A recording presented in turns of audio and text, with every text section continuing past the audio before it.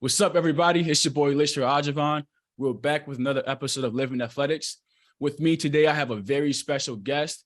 Now, this guest, if you are a fan of a perseverance story, I personally call him the definition of perseverance.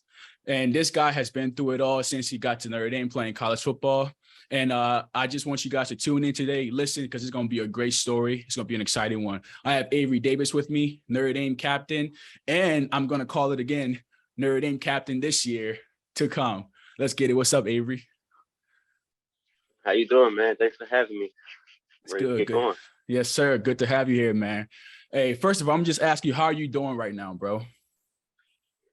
I'm doing really well. We probably got like 3 more workouts to finish out this off season, the summer phase of training, and then start fall camp in about 2 weeks. So less than 2 weeks now. So it's exciting.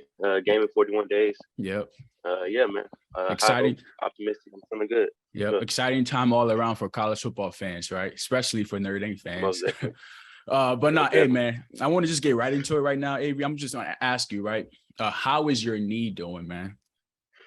My knee's doing good, bro. My knee right now is doing really good. So everything inside of the knee is healed. The only thing I'm dealing with right now is like tendonitis. It's in the front of the knee. That's just because that's where they took my new ACL from the patella tendon. So I'm getting tendonitis. That's the only thing I'm kind of dealing with that's painful, but I'm able to do all football related movements. I'm running, I'm cutting, I'm jumping, I'm stopping, I'm doing everything. So I'm in a good spot, man. The speed is still there? Yeah. I feel like I'm a little bit faster. I'm a little bit lighter than I was prior years. So straight line speed, I'm a little bit faster. Yeah. I still got to work on explosiveness, out of cuts off my left side, but it's there. Yeah, that's what's up, man. Hey, look, I want to, first of all, I would like to mention that going back to when you was in high school, right? You was like a very renowned high school quarterback, Under Armour All-American, and you was an elite 11 quarterback, correct?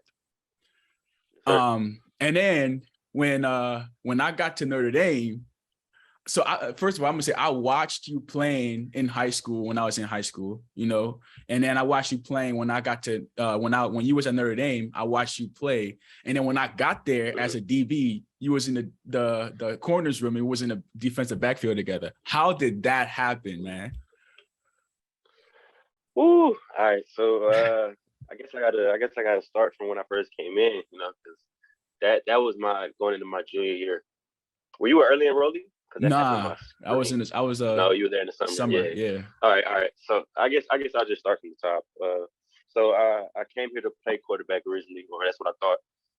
Came here to play quarterback. I only stayed in the quarterback room for honestly throughout the first season, but the original process of me moving to a different position started on the scout team. So I kind of got the picture soon that they didn't really want me to play quarterback there. Or here. So I played quarterback throughout that the first season, and then that spring, my freshman spring is when I started the transition. Started to cross train between quarterback, and then at the time it was running back and a little bit of slot, but it was really just the B back position that we had. It wasn't a true slot position because the slot was fink. It was a B back, which is a running back in a certain formations you line up in slot. Whether it would be an empty or they package it a certain way to put you in the slot. So I was doing that in the spring. I was still playing quarterback there. So it was kind of just like a slow transition. It was like a slow death almost to my quarterback life. But my sophomore year, I'm playing running back. First game of the season, we played Michigan. That's the 2018 game at home. That was a dope game. I watched that game. Yeah. Actually, somebody who cross-trained with me who came in as a different position was Jafar. So he came in as a receiver. We both cross-trained that spring. So he was doing the running back, same thing I was doing, really. He balled out that game. He went crazy. So not only was I happy for him, but it also kind of gave me hope, that maybe this could work out for me, even though in the back of my head I knew, running back really wasn't my thing, because it's a lot of growing pains going through that and just adjusting there. So I played running back. Throughout the season, I kind of was just playing in and out. And then towards the end of the season, I stopped playing because I really wasn't good at it.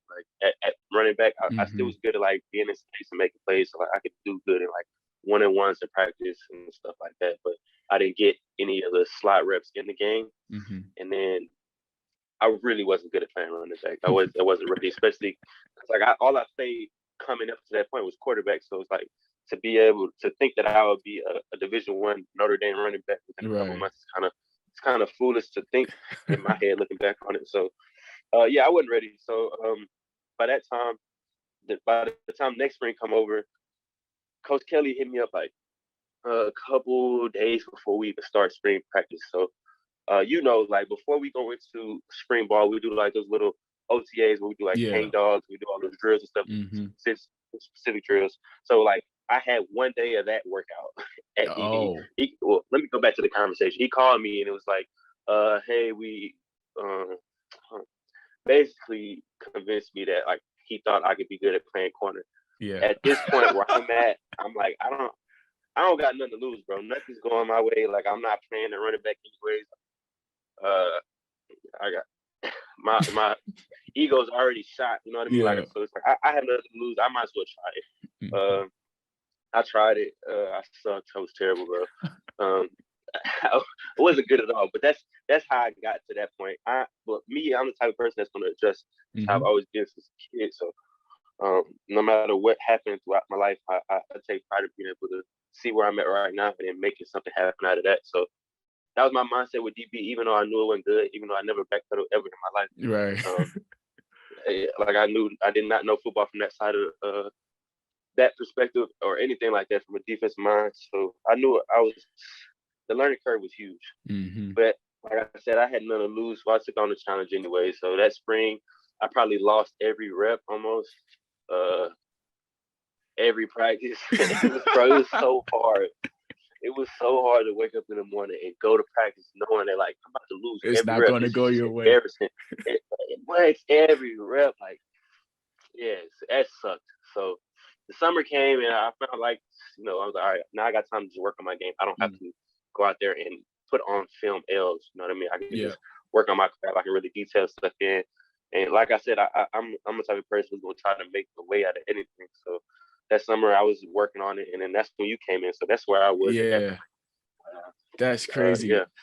Now I remember, man. Look, wait. First of all, so you've never played anything other than quarterback before you got to high school? I mean, before you got to college, nothing. Before I got to college, all I played was quarterback. Little league, intermediate, middle school, high school, all I played was quarterback. Dang. So that was a big adjustment, man. Every position change is a huge adjustment.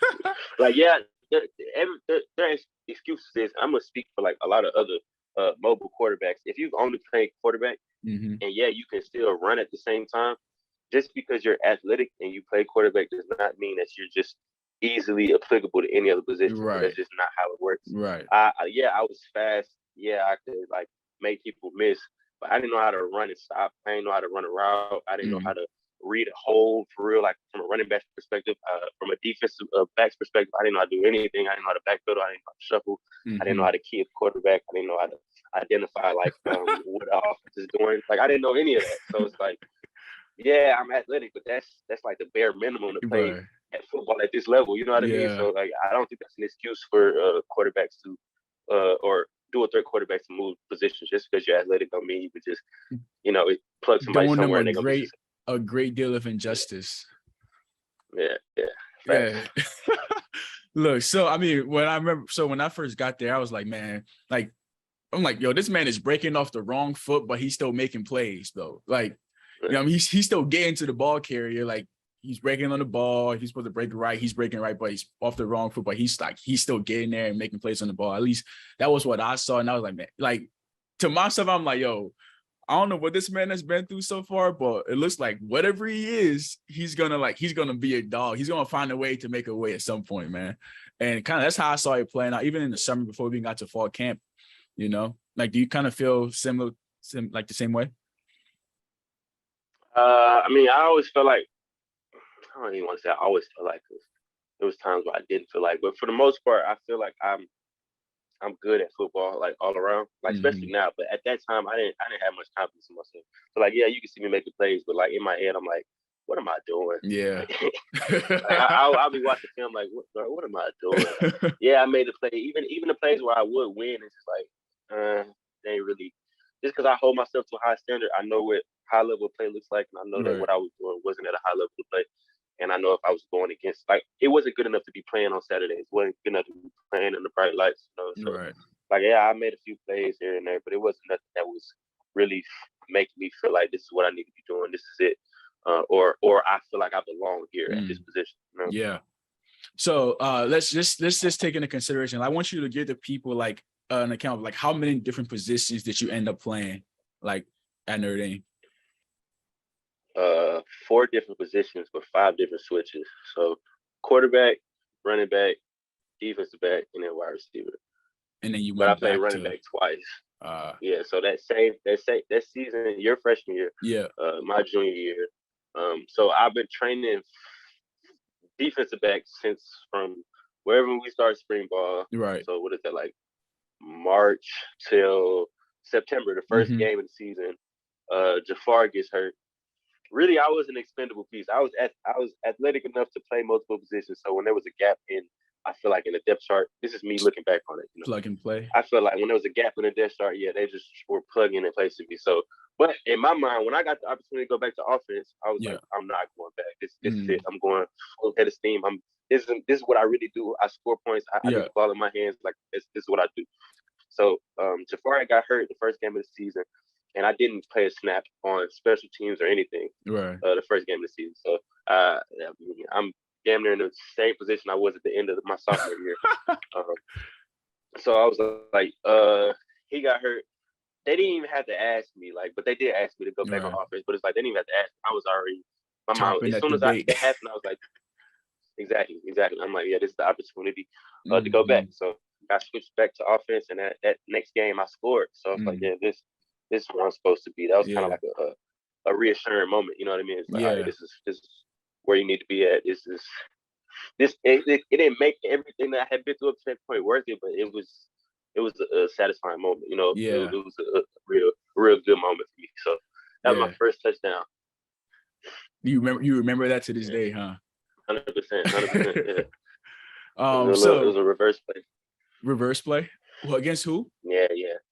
I believe New Mexico. Okay. They weren't good, but oh well. Look, man. You gotta beat the not good teams too. You gotta beat everybody. Nah. So through all that time, man, like there had to be a point where you're just like, I don't know if I can handle this no more. Like enough has to be enough. Like at what point did you get to that mindset of like, man, I don't know if I can do this no more? Honestly, bro, I think there wasn't a time that I went to this school where I didn't think about leaving. To be completely honest. So like my freshman year when I was redshirting, that was one of the hardest years of my time here, is just because everything, it was a complete 180 from what I was exposed to in high school. Like really my whole life in high school, I get to this school and it's like the culture is different, not only in the football, but in the social dynamics of the school is different. I wasn't really fitting in with school. I wasn't playing at football, like on football. I knew I was redshirting going into it. Bayless was a madman when it came to these off-season workouts. Oh, we're going to get to him. Non-travel lifts. Yeah. The non-travel lifts killed me, bro. I have my share of those. Yeah, exactly. The snow, just everything about it, bro. School was incredibly hard. I didn't change my I ended up graduating with a bachelor in industrial design, but I came in wanted to do marketing. So that's in the Mendoza school. Those math classes are crazy hard. But I didn't know that. Like in high school, math was my favorite subject. I came in thinking I'm gonna do math. I'm gonna get a degree from the best business school. No, like I found out that the curriculum that was taught in my high school was completely inferior to what was taught at everybody else's high school. Because I didn't know what was going on. I get A's at my high school, straight A's, 4.0. I come up here and it's like I can't even keep up with what the teacher's teaching. Like, so I'm struggling in the classroom, I'm struggling in the weight room, I'm struggling on the football field. Well, I really wasn't, honestly, God, I don't think I was struggling on the football field. I don't think I was struggling, but I was struggling trying to prove myself because I don't think that they ever really saw me at that. So it was kind of like preaching to a brick wall almost, because it's like I was doing good, but I really wasn't getting what's the word? The affirmation or the confirmation from the, confirmation. the appreciation. You know what I'm saying? Yeah. I didn't really know I was doing good. I just kind of like, I feel like I'm doing good, but nobody's saying anything. And then come to find out, now I'm playing a different position on scout team. Yeah. Like, am I really doing good? Like, what's going on? So that first year, I was like, I don't know if I can continue to do this. But I know that I wanted to graduate from the school just because of, like, where I'm from, not a lot of people get this opportunity. Right. Too, like, I wanted to do that for my family. Like, that'd be a dope thing for somebody from my family to graduate from this school. So, like, I had ulterior things that kind of kept me there. But that first year was really hard for me. When I got switched to defense, I was probably at my lowest because, like, the first year was hard. I felt like my sophomore year was going to be better because I had worked so hard to get good at running back, but it just it's not enough time, bro. There's not enough time in between that to really be good at something. You know, like the 10,000 hour rule or whatever. It was like I had put in probably not even nowhere close to that. Even though I haven't done that now here, like with my position here, I was so far behind everybody else. I was just playing catch up the whole time.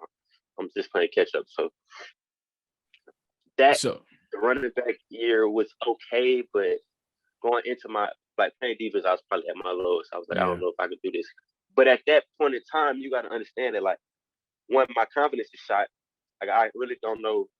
My self-identity was kind of shook too, because, like, I didn't know, like, who I was almost, because, like, my whole life I identified with being this quarterback. I identified with being somebody, a football player, and this, that, and the third. But now I'm not playing football. Now I'm not playing quarterback. And now I done switched 3 positions. So it's like, I go to a different school. What am I going to play? So I was like, I don't know what to do. Like, if I go to a different school, I done played 3 different positions in 3 different years. What school would I go to? It would have to be a super inferior school, and I want to play at the highest level. So it's like, I can go do that, or do I just find a way to make it out here? Yeah. And I felt like the best thing for me to do was just stay here and keep trying to grind through it, even though it was super hard. I just felt like it was what was best for me.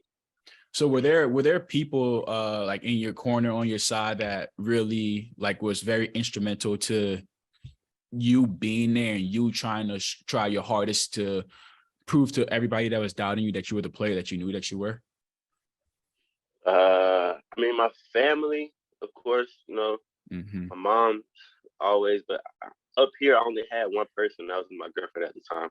She's really the only person that, like, helped me get through what I was going through, or was with me when I was going through all that, and helped me. Even though she didn't know who I was in high school and like or how good I was, how talented I was, and things like that, she still knew that I was special in regards to playing football. And just the type of person I was, because, like, this was the only person I really was spending time with. Like, I didn't have energy to be around a whole lot of people just because I was going through my own stuff.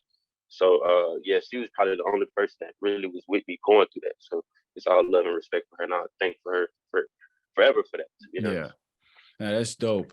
Look, so I want to talk about when I got there and I was kind of going through my own thing, my struggles of not playing when I got there and all of that.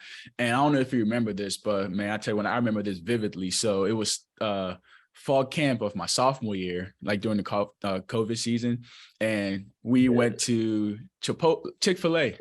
Yeah, in the car, we're driving to Chick-fil-A, and man, I'm over there just pouring into you. I'm like, yo, like, man, I don't know if I can do this. Like, you know, this is hard. Like, I don't know what I'm doing wrong. I feel like nobody's believing in me. I'm not getting opportunity or the chances. And man, you just looked at me like, man, I've been there, bro. Like I've been there. Like, all I can tell you, just keep trying. You know, it's going to come. It's going to change at some point. And I want people to understand that that's kind of like the leader that you are. And that's kind of what you represented to me, you know, when I was there, you know, and that's something that I don't tell a lot of people. But I mean, I might as well just give you your flowers and your roses now, you know, before it's too late. But I appreciate you for that, for sure. Honestly, though. No problem, bro. It's all love. I honestly, and I wish I had somebody to do that for me when I was going through it. But like, when I was going through mine, it was just me and me. And just trying to figure everything out. But yeah, bro, that's all love. That's just the type of person I am. If I see somebody struggling, if I see somebody helping, especially if I got knowledge on what they're going through, I'm definitely gonna pour into that, because I understand how tough this school can be. But at the same time, I understand the school is not for everybody. And I see you moved on and you overcame your challenges too. So I'm proud of you for that, bro. Appreciate that. Everybody's path is different. Everybody's path is different. So, I mean, I want to talk about, so when you finally switched back to receiver, right? And you're talking about you said the 10,000 rule, 10,000 hours, 100, whatever it is. So you talk about how you was behind the curve when through all the position changes, right? What did you do to help you catch up relatively quickly, to start making big plays in big games and start to earn the trust of coaches? Okay. What year was that? So that year, my junior year, I've always had, like, not to toot my own horn, I've always kind of had like a clutch gene where I've always been able to thrive under pressure, whether that be in high school, middle school, at any point, AAU basketball to football to whatever. I'm just always cool, calm, and collected. So the pressure of certain moments don't really phase me, and I've always been able to perform. I've never not been able to perform, and that's why I feel like a lot of people that are outside of indie football or outside of the team don't really understand. But like the guys on the team know, just because we work together, we practice together every day. The ability to perform really wasn't a problem. So like when I would get an opportunity, I would thrive. So I did good. Like I said, when I was playing running back, I also did receiver stuff, but it was only in practice. So like I had more of a foundation going into by the time I got to switch to receiver, which was the end of the end of that junior year. The last game was the Stanford game. I played. That's when they switched me. So that going into the next year, I had already been playing receiver in practice a little bit, but like for 2 years at that point. So I had a little bit of foundation there, and then I knew since they switched me the last game, this next season, I know exactly what position I'm playing, and I'm like, I'm not switching again, just because I know what success I've had at receiver already in practice against like our starters, stuff like that, through 1-on-1s, through 7-on-7, through just kind of competing every day. So I was like, I know that I have a potential to make it out this way. When I was playing running back, I didn't think I'd make it to the league. When I was playing defensive back, I didn't think I'd make it to the league. But I thought at receiver, I had a really good opportunity. So I just dove into all of that. And I honestly think that COVID, the lockdown, was something that really benefited me because I didn't have to do anything for real. Like we got Zoom classes, but that ain't really nothing. So I set a goal. I was like, man, I want to be the starter going into this next season if we have a season. So I just worked, bro. I just did drills. I really taught myself how to play receiver almost. Like I followed a whole bunch of receiver accounts on Instagram. I would watch YouTube videos and watch film, and then take drills that I've seen and take movements that I've seen people do in games from like highlights or whatever, and just emulate those on the field throughout COVID. And just day after day, chip after chip, I got better. And then by the time we came back, that for summer workouts, I had confidence about myself. And that was the one thing I lost throughout everything. Even when I was doing good or had good moments at running back, I didn't have true confidence in myself. So I got that back playing receiver. I got that back throughout that little COVID stretch. And I was just like, I'm going to go all in. I don't know. I can't fail worse than I've already failed. I literally failed doing everything. So it's like that fear of failure that I had coming into college completely dissipated. I don't fear failure anymore. I understand that that's just something that's going to happen. You're going to win, you're going to lose. You don't have control over that, but you can control what you can control. So it's like, I'm going to go as hard as I can. And the outcome, I should get the fruits of my labor because I've been putting in hard work, and that's what happened. I grinded. I had a really good fall camp, and I ended up winning the starting job. And that meant a lot to me. I ended up scoring in the first game, and then now I can see like, all right, now it went from I can do this to now it's like on film that like I'm doing this. So now it's just like, let me just keep stacking on this, stay down, keep working, keep doing what I was doing to get to this point, and then see what I can achieve from this. It's like once that fear of losing went away and my confidence came back, man, I feel like there's nothing that I can't do. Yeah, I want you to talk more about you actually, like the process of you actually losing that fear of failure, because we now see what the other side of that looked like, like last year people got a glimpse of what like fearless AD looks like, and I'm sure, and everybody's looking, okay, now what's a revamp fearless AD's looking like this year coming up. So I want you to like just talk about like some of like the little things that you did that really like helped you like hone in and to understand like you can't really be afraid to fail or to lose anymore. I just had to. Well, I'll start with a breakdown I had. I had a breakdown at the end of spring ball that the defensive year. Just because I just broke down in my car and I ain't gonna lie, like I shed some tears and I was just yelling and just frustration. Like I couldn't be around people when it happened. So I just kind of like drove into a parking lot and just I had to break down. So I had to go through that, and then I don't know, something just came over me, bro. And it was just like, control what you can control. And then I had kind of had like, not relive, but just thought about everything I had went through. And it was like, what am I doing wrong? And it's like, I would go into certain situations tentative or like hesitant. And like, all right, so what am I hesitant about? I'm hesitant because I don't want to lose. It's like, all right, so if I'm still scared to lose, I'm still scared of losing. What's on my mind this whole time? Losing. That's the only thing I'm thinking about is this loss that I could potentially take, or me not having confidence in myself. I'm giving that other person, my opponent, whoever is lining against me in this rep, I'm giving him more power, even though he don't even know, just because I think he's better at me than what he's doing and what I'm doing. You know what I mean? Yeah. Like, I think he's better at playing defensive back than I am of getting open. Things like that. So it's like, once I analyzed that, I was like, all right, let me stop doing that. Let me stop giving power to things that I can't control. I can't control what a DB is going to do to stop me to an extent. Right. But I can't control what I'm about to give him on this route. I can't control what look I'm about to give him. I can't control a bait. I can't control how good I'm getting in and out this break. Stuff like that. And once you start getting good, then it's like that false confidence that fake it till you make it turns into, oh no, I'm really That's good. true. Now I really can win. Now this works. Now this don't work, but I'm okay with taking this L because it's really turn your losses into lessons. I'm okay with taking this L because I see what I did wrong, but I also see how it reacted when I went this way or when I did this move. So now I can do something to counter that. You know what I mean? So it's like perspective, honestly. The biggest change was perspective. It's like losses are still going to happen, but losses are inevitable.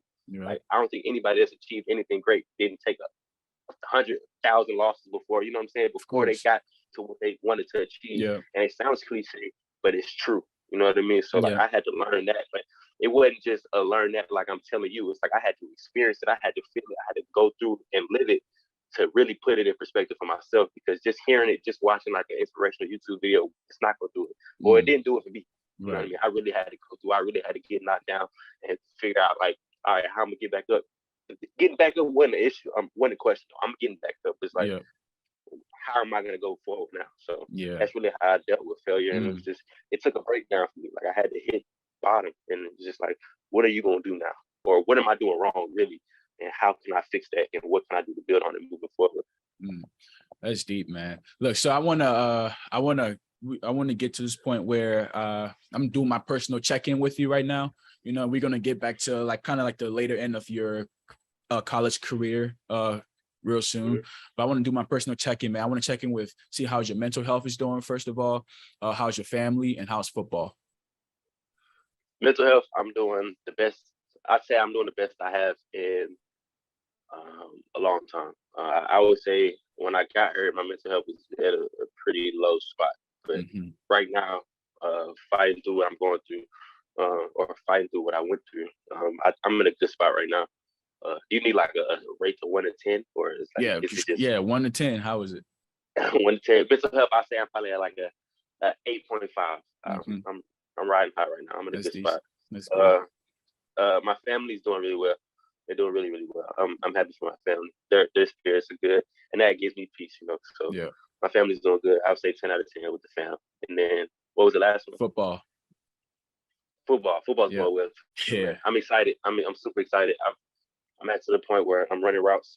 I'm back integrated with the offense. I'm feeling good right where I need to be feeling good going into camp. So football's going well too. I say 10 out of 10. Yeah, that's good, man. That's good. That's decent. I'm glad that everything is going well for you, honestly. And we need to continue that, you know. But so I want to get back to kind of towards like the later end of your career now. So you went through everything that you went through when you doing your first couple of years at Notre Dame. You fought through it, you know. You found your way to being a captain. You know, he was captain when I was there. And like I say, you're going to be a captain again this year. I'm going to call it right now. So you heard it here first. And then during the time of your career where you was like, all right, I'm really making strides, and I see the light right there at the end of the tunnel, tragedy struck. What happened? We don't know if it's tragedy yet, but at the time, it definitely felt like tragedy. So, all right, I'll just go through this last season for me. Once again, I had a really good fall camp. confidence was even higher than it was going into the Kobe year. Mm. Just because I'm playing a position that I already played before and I had success. And like I bought against some of the best programs in the country. You know what I'm saying? I made plays against Clemson. I made plays against Bama, which was the two top teams. Let's not just scroll over that. You made the game-winning play against Clemson. With a game tying to go into overtime. Yeah, you won the game, bro. I put us in position to win the game. Let's go. It was a crazy moment. Yeah. Crazy moment. That game, everything, man. That's when I truly was like, all right, I was supposed to be here. All of this that I went through, this it makes sense now. Like everything kind of came full circle. Didn't know I had 2 more years, and more would come after that. You know what I mean? It's just, but that moment right there felt so satisfying, and it was like, this is what I've been feeding for. This is what I've been working for. It's like I've been working with this hunger, with this hole, almost this pit, and like a question that always comes is why. And that's question gonna resurface again. But like I was like, why am I going through so much? Why is my past so difficult? But that moment right there put everything in perspective, man. Like I said, huge confidence boost. That time right there. But yeah, so after that season, I'm like, man, I done played against the best teams, like and really with no fans, like no juice in the stadium, no energy, straight just football, mano y mano, line up, let's play, and had serious success. So I'm like, oh yeah, going to the next season, I'm about to try to take off. I'm like, I don't want to come back to this school. I don't want to do it. I don't want to do it 6. I don't even want that to be on my mind. I want to do it how everybody else did it. 5 years, or really 4 years. I had a red shirt one, but 4 years of playing, like I'm going all in, and bro, I really was getting the fruits of my labor again. Like I was really was going off. I was balling. And it was the most complete season I played in the sense of that 2020 season. I really couldn't block well. Like I ain't have no hesitancy going to block. But I wasn't good at it. Like I was still get thrown out of the way, or my feet weren't right, and things like that. Or I didn't understand how to manipulate routes as good as I did my last season, the 2021 season. So those are the things that I improved on into 2021. So I was playing complete football.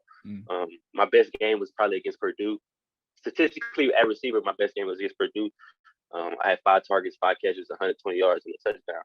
And I'm like, man, I just pumped serious receiver yards. Monster numbers. You know what I'm saying? Yeah. Like, I mean, not too crazy, but like for where I just came from, like what I just went through, I'm like, bro, I just really went crazy for real. Like, so that was a dope moment, and like I'm saying, confidence through the roof. And then I ended up scoring in like the next 4 games. So like I'm on a stretch of straight touchdowns. Like I scored against USC, scored against UNC. Like I'm really snapping. And then we get to Navy week 9, and I don't know what's going on with this game, bro. Like during the week, I look forward to playing Navy because I always wanted to just go off against Navy. I know how historic with Notre Dame, how historic the game is. Exactly.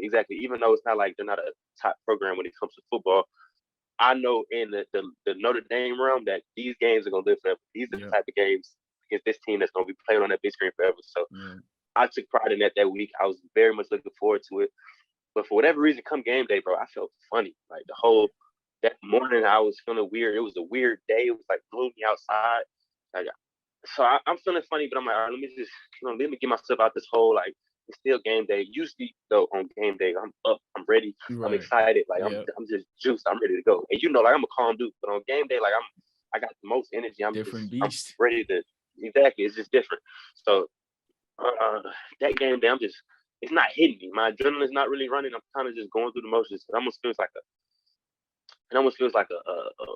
it felt like a practice 8 in fall camp. You know what I mean? Like, dang. energy dog high, days. Dragging a little bit. Yeah, exactly. Dragging a little bit. It don't feel like it's not something to look forward to for real. It seems repetitive. Like nothing felt right almost.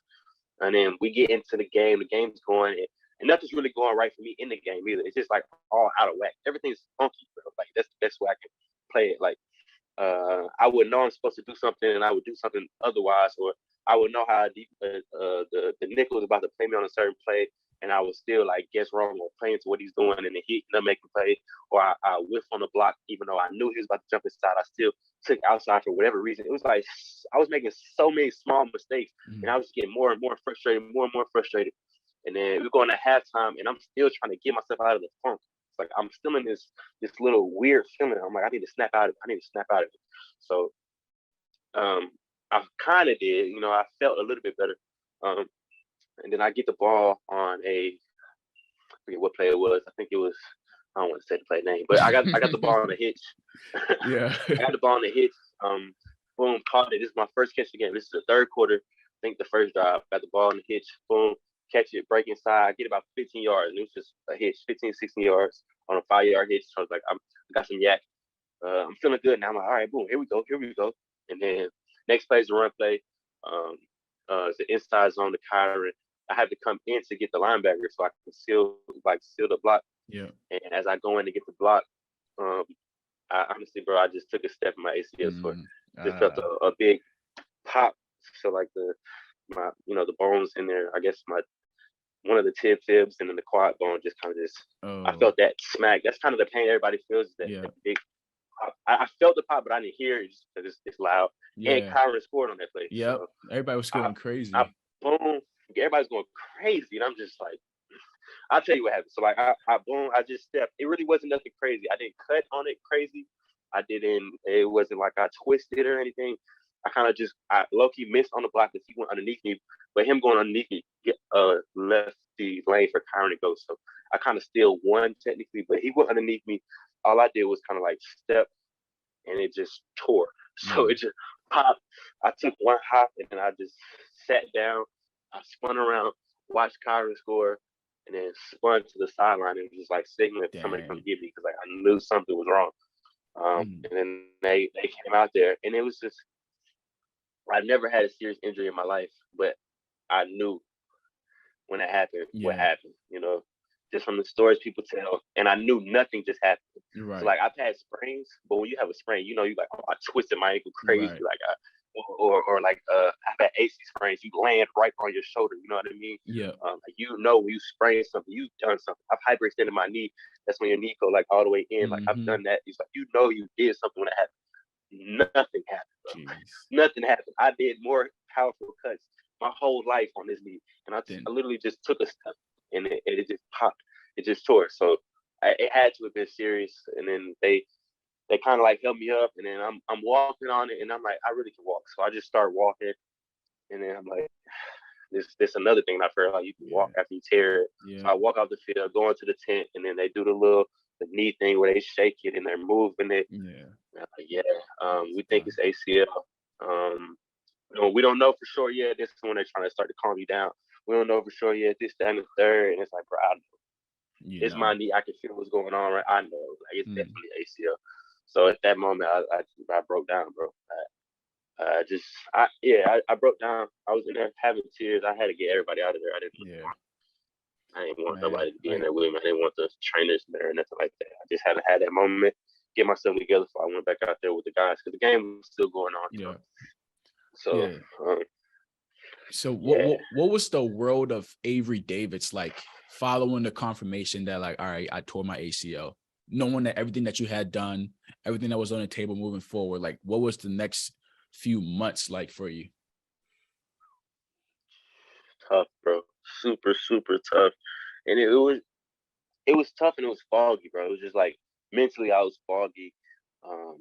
It literally was foggy outside. We get the perma clouds, so we don't see the sun in the winter. Oh, yes.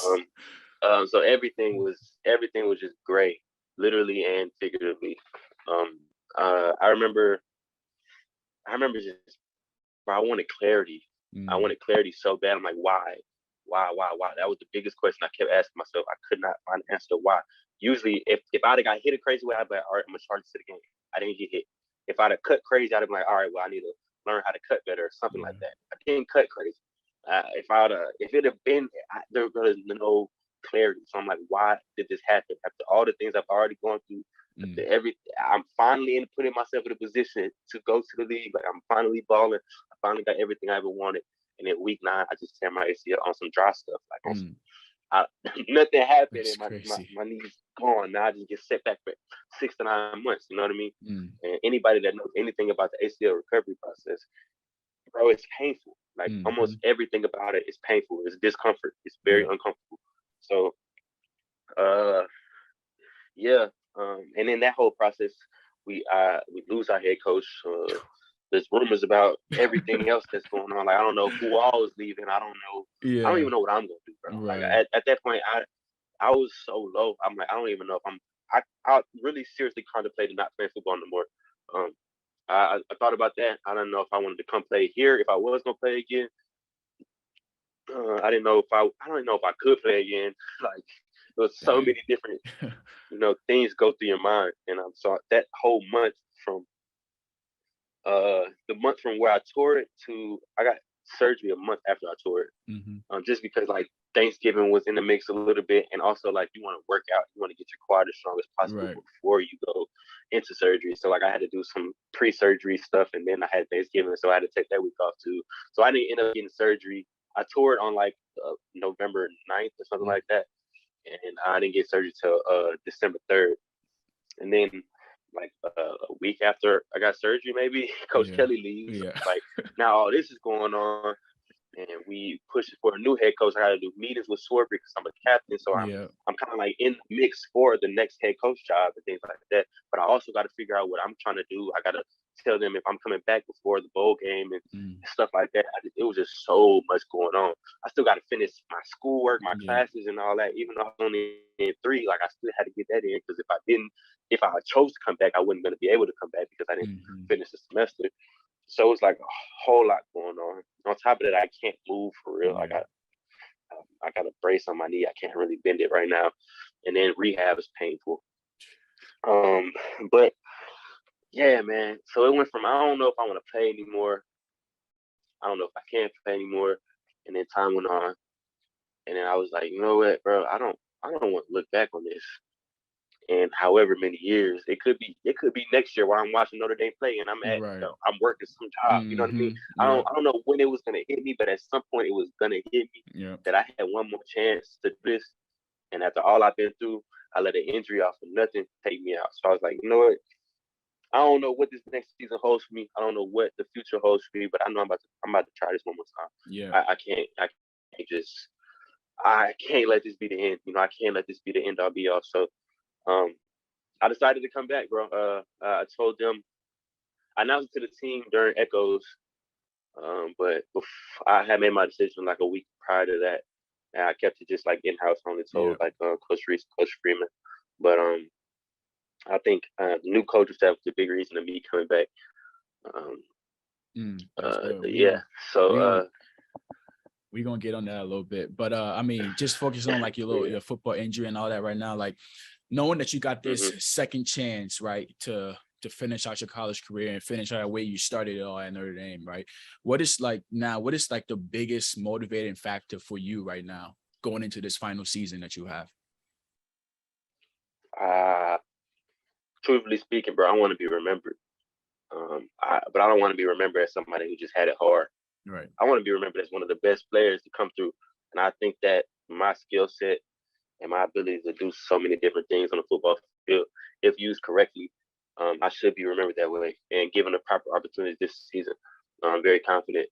I'm very confident going into the season, bro, because I don't know many people that can go through what I went through and still come out strong, still come out swinging. Yeah. But on top of that, it's like I'm honestly I'm good. Like I'm good at what I do. I'm good at making plays. I'm good at competing at this level, and I know that I can do something very special. So what my my mindset's on, my eyes are set on is being legendary, bro. I want to have a legendary season. Yeah. And there's nothing stopping AD from doing that, man. Only thing that stops AD is AD, correct? And we know Literally, that's not gonna literally. happen.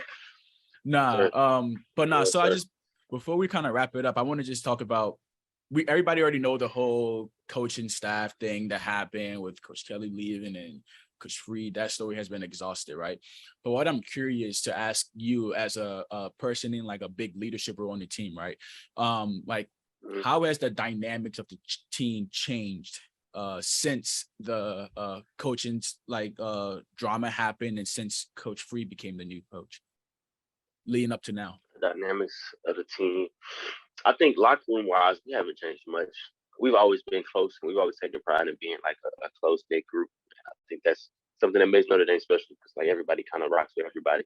no matter, I'm not saying everybody best friends, because that's not Right. the case, but everybody can sit down in a room or in a conversation with anybody and be cool, you know what I'm saying? And have a genuine love. And we all go through so much. And I think Bayless is a big factor in our fellowship, because we go through so much in the off season. We go through much of training. It's difficult to where you literally do got to lean on your teammate, no matter Right. if you like him, no matter where he's from, no matter where you from, what he believe, what you believe, you know, what he came here to study, what you came here to study. It doesn't really matter. All it matters is what we're going through right now, who's going through it with me, and who got my back. You know what I mean? So that thing, from that dynamic, I don't think much has changed.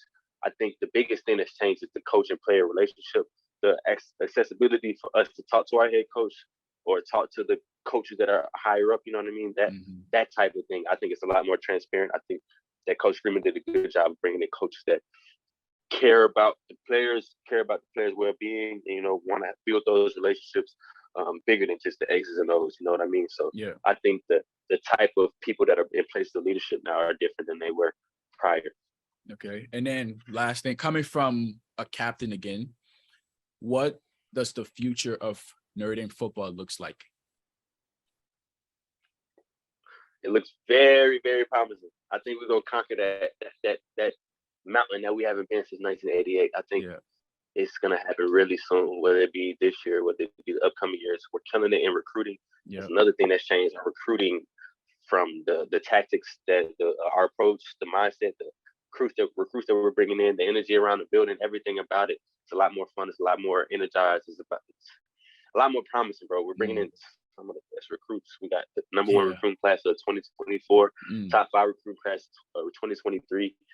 So we're bringing in special talent along with the good coaches that we already have, along with the culture that we've already built. You know what I mean? The foundation, and then bro, really, I think we're gonna get a ring real soon. So no doubt, man. Praying for you. Hopefully you guys Notre can Dame get football, it. yeah. Nah, all right, man. Just Notre Dame wrapping up. football's gonna come up for sure.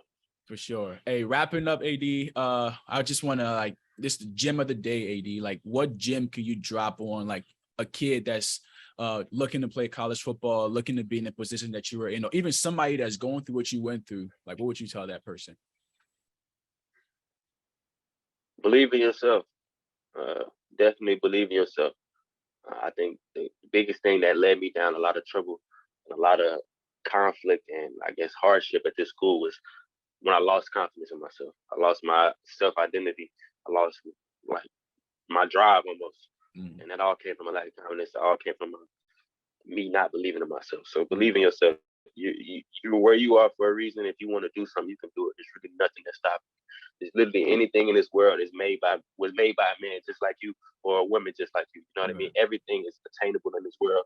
Don't place limits on yourself, and believe in yourself wholeheartedly, because until nobody else is gonna believe in you until you really believe in yourself. Now somebody can see something in you, but if you don't see it in yourself, you'll never reach that level that somebody sees in you. So believe in yourself, man. Hey, I wish I could go tell myself that, you know, when I was a freshman. So that's what I would say.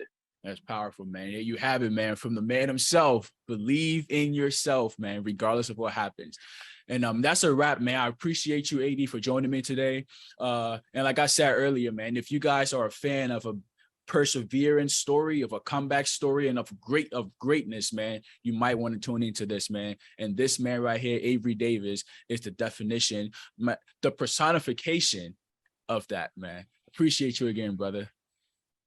Love, brother. All love. Right, Thank man. you for having me. Of course, man. Take care.